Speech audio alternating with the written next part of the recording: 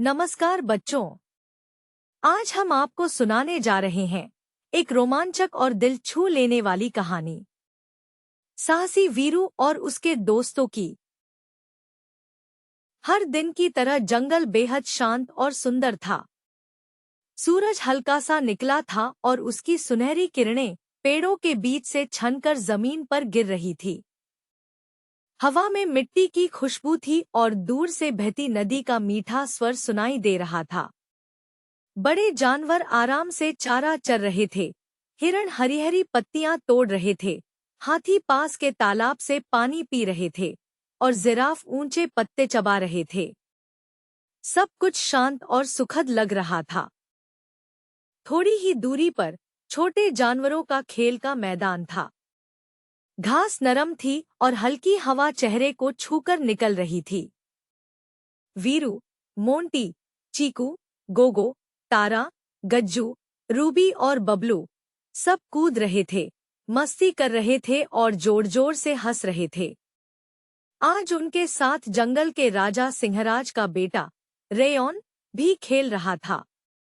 वह बाकी बच्चों की तरह ही खिलखिला रहा था और सबके साथ खूब मजा कर रहा था। इन सबकी दोस्ती बहुत गहरी थी।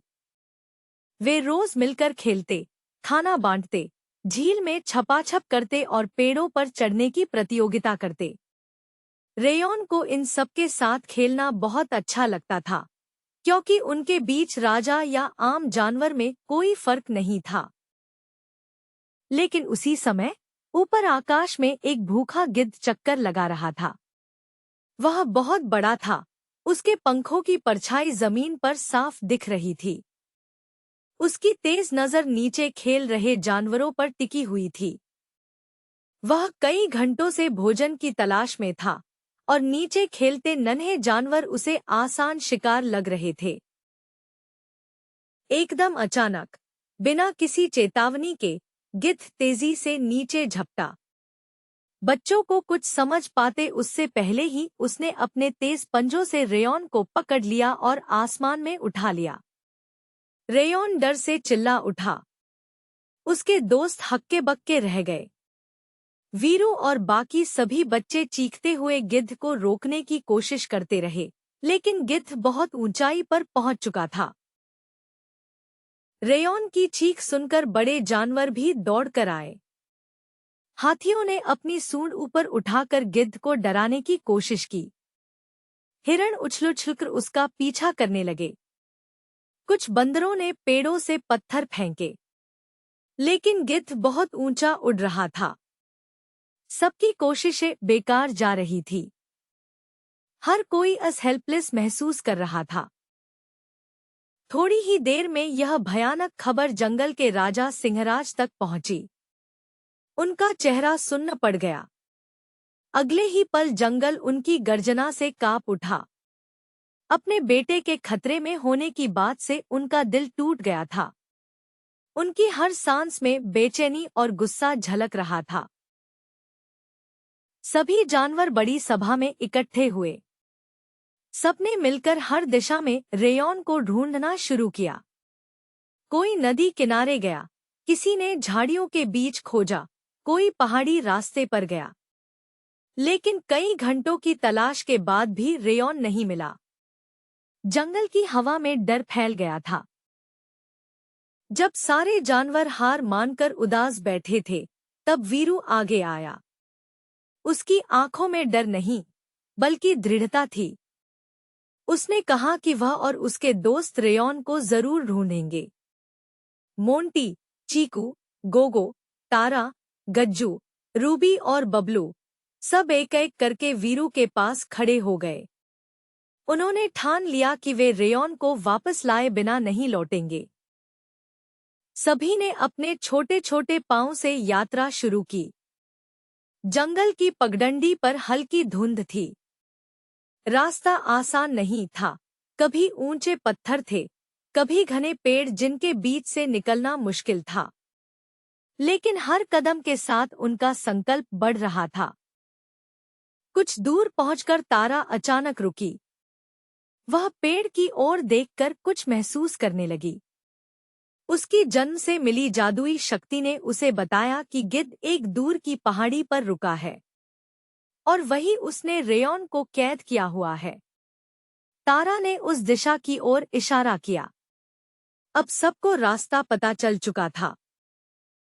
पेड़ों के बीच से निकलते हुए, चट्टानों पर चढ़ते हुए, दलदली जगहों को पार करते हुए वे आगे बढ़ते रहे। कभी कभी उन्हें एक दूसरे को पकड़कर संतुलन बनाना पड़ता था। थकान जरूर हो रही थी, लेकिन रेयॉन की याद उन्हें और भी मजबूत बना रही थी। आखिरकार वे उस पहाड़ी तक पहुंच गए। हवा यहाँ और सर्द और भारी थी।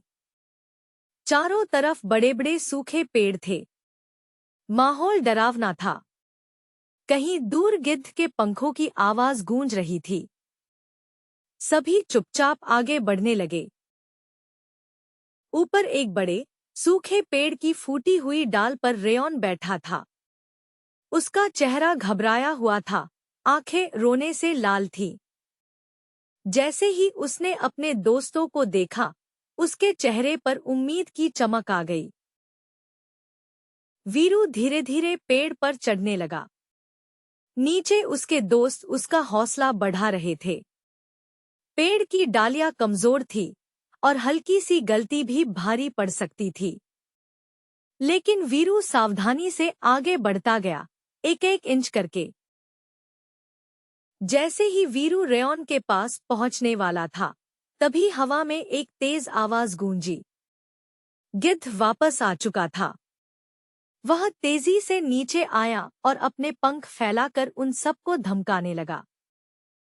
गिद्ध को सामने देखकर बच्चे डर जरूर गए, लेकिन वीरू ने तुरंत एक योजना बनाई। उसने पेड़ की दूसरी तरफ छलांग लगाई ताकि गिद्ध का ध्यान उसकी तरफ जाए। बाकी दोस्तों ने अपने अपने तरीके से आवाजें निकालकर, पत्थर हिलाकर और उछलकर गिद्ध को भ्रमित करने की कोशिश की। गिद्ध ने गुस्से में वीरू पर हमला किया, लेकिन वीरू उसे शाखाओं और टहनियों के बीच ले गया जहां गिद्ध फंस गया। उसके बड़े पंख उलझ गए और वह छटपटाने लगा। थोड़ी देर की जद्दोजहद के बाद गिद्ध थककर हार गया। अब रास्ता साफ था।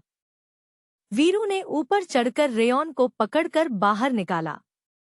बाकी दोस्तों ने नीचे से मदद की। रेयॉन की आंखों में राहत के आंसू थे। वह बार बार वीरू को गले लगा रहा था। जब वे सब जंगल लौटे, तो सिंहराज तेजी से आगे आए और रेयॉन को गले लगा लिया। उनकी आंखों में खुशी के आंसू थे। सभी जानवर वीरू और उसके दोस्तों की बहादुरी की तारीफ कर रहे थे। जंगल लंबे समय तक उनकी वीरता का जश्न मनाता रहा। उस दिन जंगल के इतिहास में नए नन्हे हीरो पैदा हुए थे। अगर आपको यह वीडियो पसंद आया तो लाइक करें, कमेंट करें, शेयर करें और ऐसे ही मजेदार कहानियों के लिए हमारे चैनल को सब्सक्राइब करें।